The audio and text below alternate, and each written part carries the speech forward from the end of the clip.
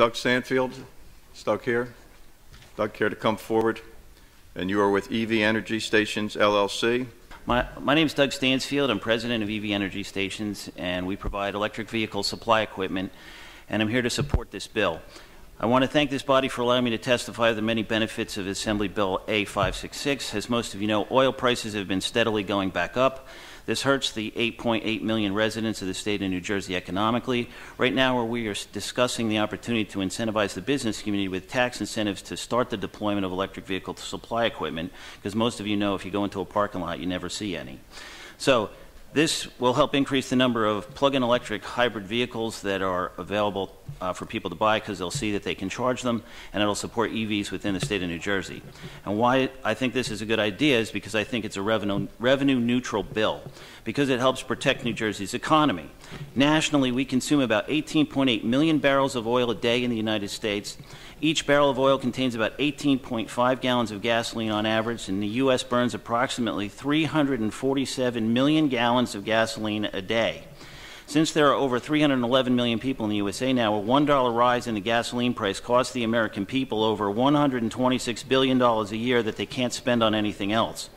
That's about $407 for every single person in the country. Since New Jersey has 8.8 million people, that works out to about $3.5 billion of lost economic activity that's burned instead of used to purchase other goods and services, because they're using it to just propel themselves from one place to the other.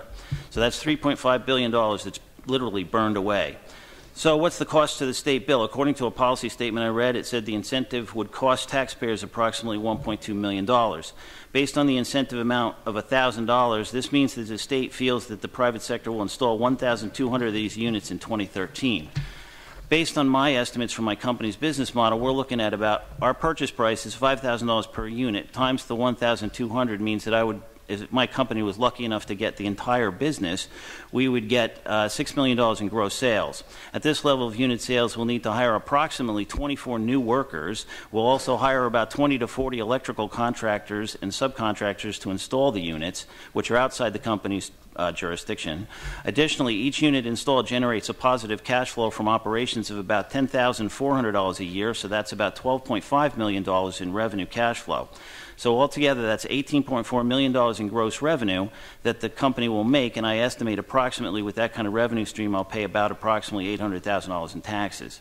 Now, the level this company is also spending, at that level, I'll be spending about $1.4 million on outside marketing services and other activities that will constitute helping the 24 people do their jobs right and the other 40 electrical contractors outside the company. So while the company didn't cover the anticipated loss totally with one swipe, the economic activity that the state will gain and the jobs that will come along with this, it'll help lessen the impact of any $1 increase in the gallon of gas price, so it'll protect our economy overall. So men and women of the Assembly, I strongly urge you to really diversify, help us to diversify our transportation fuel source and enact this legislation.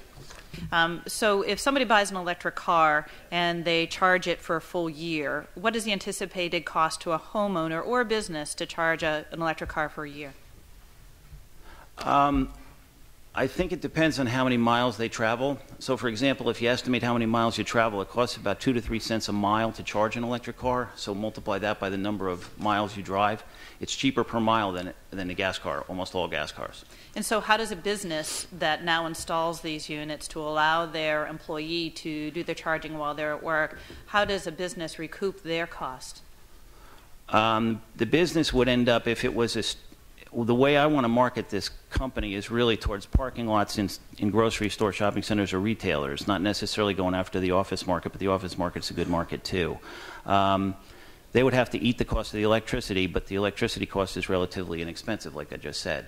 So it's 13, 14 cents a kilowatt hour isn't as expensive as $3.90 But it's an a gallon additional for gas. burden upon businesses.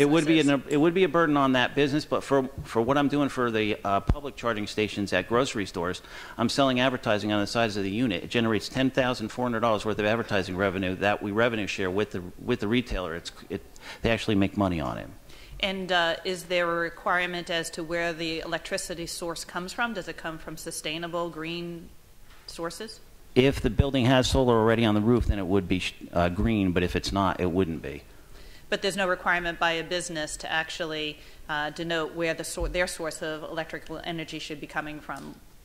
Not from our perspective, but if there's a legislative reason that they have to, I don't know. Okay, thank you. Thank you very much for coming before us and testifying today. I certainly wish you the best of success in your endeavor. I think it's in the interest of the United States of America that you succeed. But my question to you today is, approximately how many electric cars are in New Jersey right now functioning? And I imagine you wouldn't be undertaking this business if you hadn't done a case study and a model projecting out where you might find success in the future. Right now, I believe there's probably about 500 electric vehicles in the state, so it's not very much. So we're kind of looking at a chicken and egg scenario. I feel like if there's charging stations in most of the parking lots, most people will put it in their acceptable competitive set to actually purchase an electric vehicle or a plug-in hybrid electric vehicle. I think a lot of people are afraid to buy one because they think if they go outside their range, they won't be able to get back. So if we put the charging stations out there, sales should go up.